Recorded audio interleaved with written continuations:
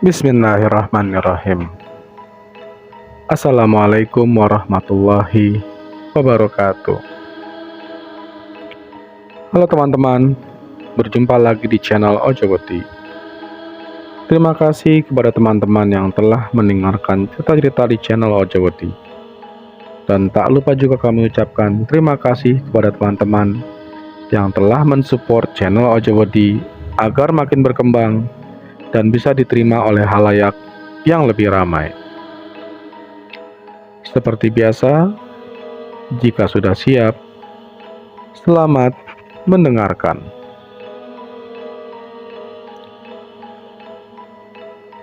Dulu waktu kami pindah ke sebuah perumahan di daerah pinggiran Bekasi, kami tidak pernah menyangka bahwa itu akan menjadi sebuah pengalaman horor bagi keluarga kami, dan pengalaman itu benar-benar beraneka macam hingga kami sendiri bingung untuk menceritakan yang mana. Namun yang satu paling aku ingat adalah tentang kejadian babi ngepet. Ya, rumahku posisinya tepat berada di sebelah lapangan komplek perumahan kami. Setiap malam, aku selalu duduk di depan rumahku. Bukan duduk iseng-iseng, melainkan memang orang tuaku membuka usaha warung ketika itu. Nah, karena kami satu-satunya warung di komplek itu, otomatis rumah kami itu menjadi tempat tongkrongan formal tak tertulis. Artinya, banyak dari pemuda-pemudi itu datang ke warung kami hanya dari sekedar beli rokok sebatang dua batang, lalu setelahnya duduk-duduk di depan warung kami sambil bermain gitar, nyanyi-nyanyi, ataupun sekedar bercanda. Hingga pada suatu malam, aku dan teman-teman yang sedang nongkrong di depan warungku itu mendapati sebuah fenomena bahwa tepat di lapangan depan rumahku itu melintas rombongan anjing berjumlah lebih dari 20 ekor, seperti sedang mengikuti sesuatu. Namun anjing-anjing itu bukan hanya sedang mengikuti, tapi juga sedang menggonggong seperti melihat sesuatu yang kami tidak lihat. Melihat kejadian itu, kami semua terkejut dan menyaksikan bahwa tidak lama kemudian rombongan anjing itu berhenti di suatu tempat. Awalnya kami tidak tahu itu apa. Lalu setelah kejadian kedua, kejadian ketiga, tiba-tiba komplek perumahan kami heboh dengan berita banyaknya tetangga-tetangga kami yang mulai kehilangan uang pada waktu itu. Entah selembar, entah dua lembar, entah beberapa lembar. Dan mereka pun semua menyuarakan dan bersaksi hal yang sama, bahwa malam-malam ketika uang mereka hilang itu, mereka sempat mendengar suara gesekan-gesekan dan suara grok-grok seperti suara babi di pinggiran pintu atau pinggiran tembok rumah-rumah mereka. Hingga akhirnya mereka semua berkesimpulan bahwa ini adalah suatu perbuatan dari ilmu babi ngepet. Dan mulailah berkembang cerita babi ngepet yang makin ramai di lingkungan kami. Dan tiba-tiba saja itu ada kaitannya dengan rombongan anjing yang sudah beberapa kali kami lihat melewati lapangan di depan rumahku. Hingga akhirnya tetangga-tetanggaku dan orang-orang masyarakat sekitar rumahku itu bersepakat bahwa memang yang melintas malam-malam dengan diikuti rombongan anjing dan digonggong-gonggong itu adalah babi ngepet. Rumor makin berkembang, cerita makin beredar, hingga akhirnya mulailah timbul kesimpulan-kesimpulan yang mengerucut kepada satu buah keluarga di mana setiap kali rombongan anjing itu mengikuti, pasti rombongan anjing itu berhenti dan setelah itu bubar di dekat rumah keluarga itu. Tapi kami tentu saja karena tidak mempunyai bukti dan tidak melihat dan tidak bisa menangkap babi ngepet itu, ya kami tidak bisa menuduh bahwa si keluarga itulah pelakunya. Itu akan jadi fitnah luar biasa, sedangkan bukti tidak ada. Namun kami akhirnya berusaha untuk terus memperhatikan keluarga tersebut. Dimulai dengan kesimpulan pertama bahwa orang tuanya, suami istri, tidak bekerja. Tapi rumah mereka itu bisa dibilang adalah rumah paling mewah di RT tersebut. Nah, kami pun mulai bertanya-tanya, kalau mereka tidak bekerja, dari manakah uangnya? Tapi lagi-lagi itu tidak bisa dijadikan sebagai dasar bahwa merekalah pemilik babi ngepet.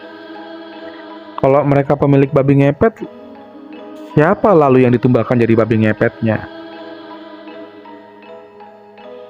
Tidak ada yang tahu. Hingga kemudian timbullah kejanggalan kedua.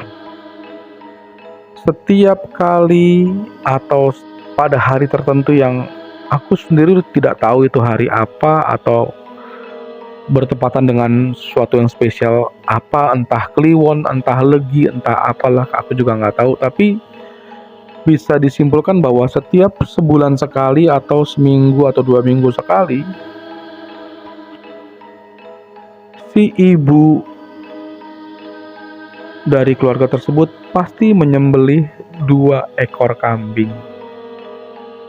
Dan setiap di penyembelihan setiap ekor kambing itu, dia selalu meminta hanya hatinya saja, sedangkan daging dan yang lainnya selalu dia bagikan kepada warga sekitar. Pada awalnya kami semua tidak menaruh curiga, karena waktu baru terima daging kambing sesekali, lalu berlanjut kedua kali, tidak ada kecurigaan, hingga akhirnya menjadi sebuah kebiasaan. Kok sering banget terima daging kambing, kok dia sering banget nyembelih kambing gitu. Lalu terdengarlah rumor yang dia selalu menyimpan hati kambingnya. Dan menurut tukang yang sembelih kambing itu, setiap kali dia melihat hati kambing yang dia sembelih itu, dia selalu menampakkan wajah yang makin stres dan wajah yang makin sedih. Kami semua nggak tahu kenapa, cuma si tukang sembelih kambing itu juga menyampaikan bahwa keadaan hatinya makin lama makin rusak. Padahal itu adalah kambing-kambing yang berbeda setiap ekornya. Tapi kerusakan pada hati kambing itu seperti bertingkat, seolah-olah itu adalah hati yang sama setiap kali disembelih.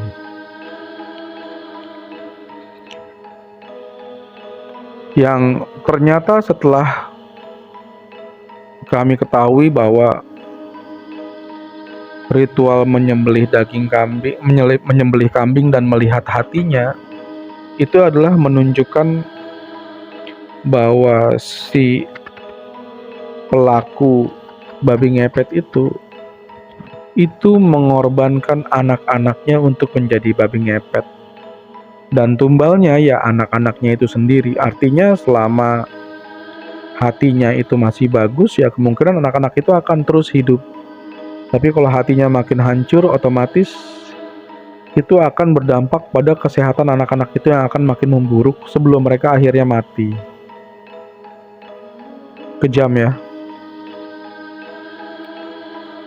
Ya itu rumor ya. Kebenarannya tentang itu, kalau teman-teman ada yang tahu silahkan tulis di komen ya teman-teman. Hingga timbullah kecurigaan yang ketiga, di mana dari pengamatan malam ke malam, warga mendapati bahwa mereka mempunyai satu buah kamar yang letaknya cukup agak ke belakang, dan kamar itu jika dilihat dari luar itu lampunya tidak pernah menyala. Dan beberapa warga juga kalau lewat situ suka mencium bau-bauannya seperti kemenyan atau apa gitu dari arah kamar itu. Dan itu bisa juga diindikasikan sebagai kamar khusus untuk pemujaan, di mana mereka melakukan ritual setannya itu ya di kamar itu tersebut. Tapi lagi-lagi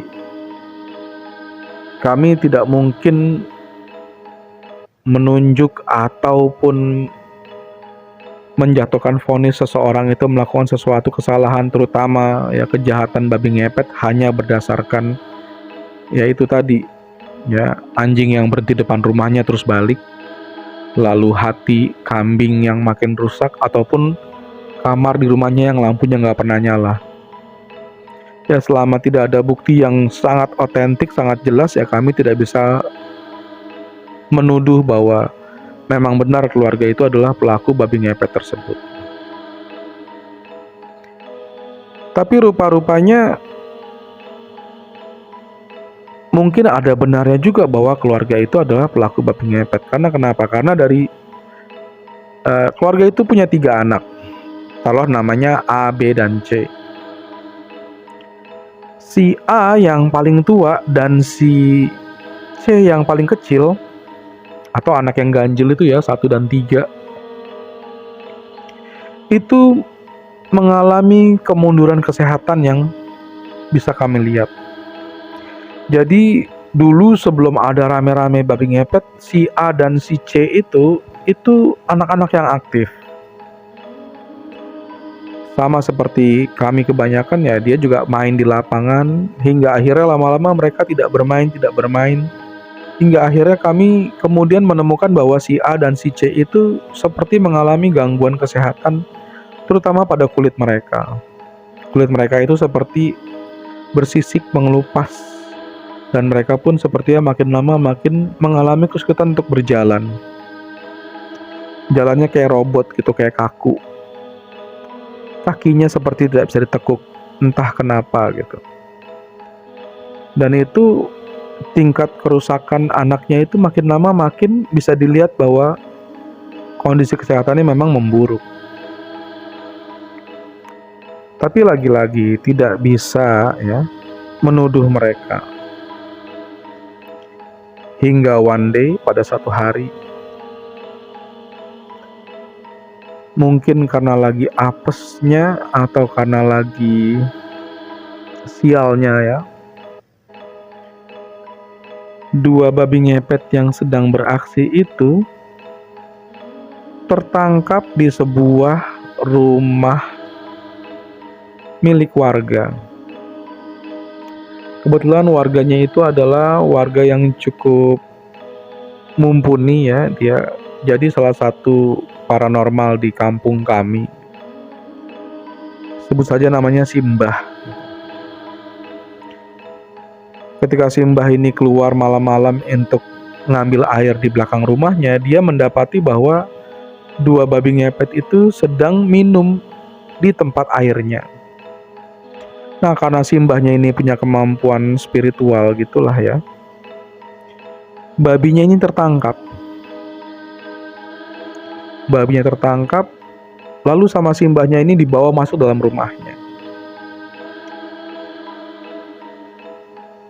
Si mbahnya ini lalu memanggil Pak RT. Tidak lama kemudian, akhirnya Pak RT datang bersama beberapa warga. Lalu si mbah ngomong sesuatu sama Pak RT tersebut, dan sepertinya Pak RT setuju dengan yang diminta oleh si mbah. Dan akhirnya waktu itu Pak RT mengundang pihak kepolisian untuk datang. Dan tidak lama kemudian ditangkaplah keluarga tersebut ya, ibu bapaknya. Kami semua warga masih belum tahu tentang ceritanya seperti apa. Hanya sampai pada titik suami istri itu, ibu bapak tersebut tuh ditangkap oleh polisi. Lalu kemudian ceritanya beredar, rumor berkembang bahwa ketika ditangkap oleh si mbah, dua babi ngepet itu dibawa masuk dan diinterogasi. Dan ternyata dalam rumahnya si mbah itu, dua babi ngepet itu berubah menjadi si A dan si C, anak dari si ibu dan bapak yang tadi ditangkap polisi itu. Beruntungnya ditangkap oleh si mbah, bukan oleh warga. Kebayang ya, kalau dia ditangkap oleh warga, bisa meninggal itu dua babi itu. Dan mereka posisinya sebenarnya hanya tumbal.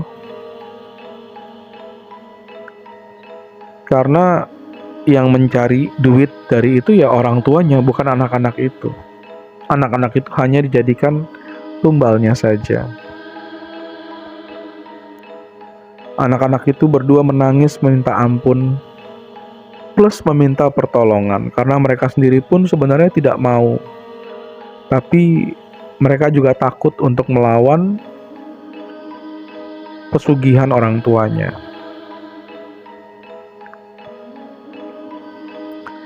Singkat cerita, kami mendengar kabar bahwa si orang tua tersebut akhirnya dibebaskan. Karena memang dasar hukum atas kegiatan gaib itu pada waktu dulu itu memang belum ada ya. Nggak tahu kalau sekarang mungkin ada ya, tapi kalau zaman dulu itu tidak ada, dan itu tidak bisa dibuktikan secara material, artinya tidak real, tidak nyata, hanya berdasarkan cerita gitu. Akhirnya keluarga itu pindah entah kemana ya, dan kami tidak pernah mendengar lagi kabar tentang keluarga tersebut dan anak-anaknya. Hingga pada suatu hari, aku waktu itu sudah mulai beranjak dewasa, sudah mulai SMA. Aku waktu itu sedang menggeluti atau sedang asik-asiknya bermain skuter atau Vespa Piaggio ya. Vespa keluaran tahun 60-an, 70-an. Dan aku perhatikan salah satu anggota klub Vespaku itu adalah, kalau aku tidak salah, adalah si B, anaknya yang nomor 2 dari keluarga yang babi ngepet itu. Lalu aku pun memberanikan diri untuk menanyakan perihal namanya dan apakah benar dia itu si B. Dan dia pun mengangguk dan dia mengatakan bahwa sebenarnya dia sudah mengetahui saya siapa. Cuman dia malu untuk negur ataupun ngomong duluan. Mengingat latar belakang keluarganya memang ya. Dan akhirnya aku pun menanyakan perihal tentang kedua orang tuanya dan kedua kakak beradiknya. Dan ternyata kedua orang tuanya tidak lama setelah ditangkap polisi itu meninggal dengan cara yang sangat mengenaskan. Ayahnya itu menggantung dirinya sendiri, sedangkan ibunya itu minum racun, entah racun tikus atau apa. Jadi mereka berdua ditemukan meninggal di dalam satu kamar khusus di tempat rumahnya yang baru itu. Ya mungkin kamar pesugihannya atau apalah gitu ya. Mungkin karena gagal melakukan pesugihan itu, akhirnya mungkin iblisnya atau jinnya atau setannya itu mengambil nyawa mereka berdua. Lalu kemudian mereka, anak-anaknya si A, B, dan C itu dititipkan kepada saudara-saudara mereka, kepada pamannya. Dan tidak lama setelah orang tuanya, si A dan si C pun akhirnya juga meninggal. Meninggal karena sakit yang makin memburuk, kulit yang makin mengelupas, lalu makin tidak bisa berjalan, akhirnya lumpuh dan akhirnya meninggal pelan-pelan. Kasihan ya, yang berbuat orang tuanya atas keserakahan, tapi yang ditumbalkan anak-anaknya. Padahal orang tuanya sendiri pun akhirnya mati gitu ya. Tapi ternyata ya kita nggak tahu, mungkin karena memang perjanjian setannya itu memang meminta anak-anaknya dan orang tuanya mati itu karena kegagalan saja ya. Dan anak-anaknya tetap diambil. Yang nggak habis pikir adalah orang tua macam apa gitu yang tega mengorbankan anak-anaknya untuk jadikan tumbal hanya untuk kesenangan mereka, yang berdasarkan hanya pada materi gitu. Ya semoga cerita ini bisa dijadikan pelajaran ya teman-teman ya, bahwa bersekutu dengan setan itu dengan cara apapun ya tidak akan pernah memberikan kita kebahagiaan yang hakiki ya teman-teman, dan sifatnya pun hanya sementara dan tidak abadi. Kan daripada kita nyembah setan ya teman-teman, kenapa kita nggak nyembah Allah aja gitu loh.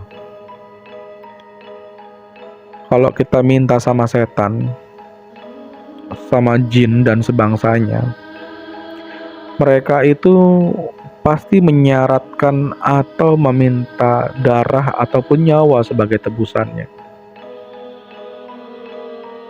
Dan kekayaan yang kita dapat pun juga biasanya umurnya nggak lama, paling cuma setahun 2 tahun, akhirnya kita pun juga mati jadi tumbal juga ya. Sebuah langkah kebodohan ya teman-teman. Sedangkan kalau kita nyembah Allah, ya kita tidak akan kehilangan apapun teman-teman. Kalau kita dengan sungguh-sungguh bangun tengah malam, qiyamul lail ya, bersedekah, memohon, insya Allah pasti kita dapat sesuatu yang kita inginkan, entah jabatan, entah kekayaan, entah anak dan lain-lain. Dan kalaupun tidak ya Allah juga sudah menjanjikan kalau tidak di dunia ya nanti di akhirat. Karena memang konsep kita itu tidak hanya hidup di dunia tapi juga di akhirat. Yang intinya pasti nanti Allah kasih. Sedangkan kalau kita nyembah setan, di dunia cuman sebentar, dapatnya nggak seberapa, di akhirat kita dapatnya yang sengsara ya teman-teman. Ya, silakan diambil pelajarannya teman-teman. Semoga itu bisa menjadi sebuah wasilah ya, agar kita selalu berhati-hati bahwa dunia ini hanya sementara. Jangan terlalu terpesona dengan kemilaunya gitu ya. Apalagi kita harus menumbalkan darah, terutama anak-anak kita sendiri. Gak worth it teman-teman. Akhir kata, terima kasih telah mendengarkan cerita-cerita di channel Ojawadi. Wassalamualaikum warahmatullahi wabarakatuh.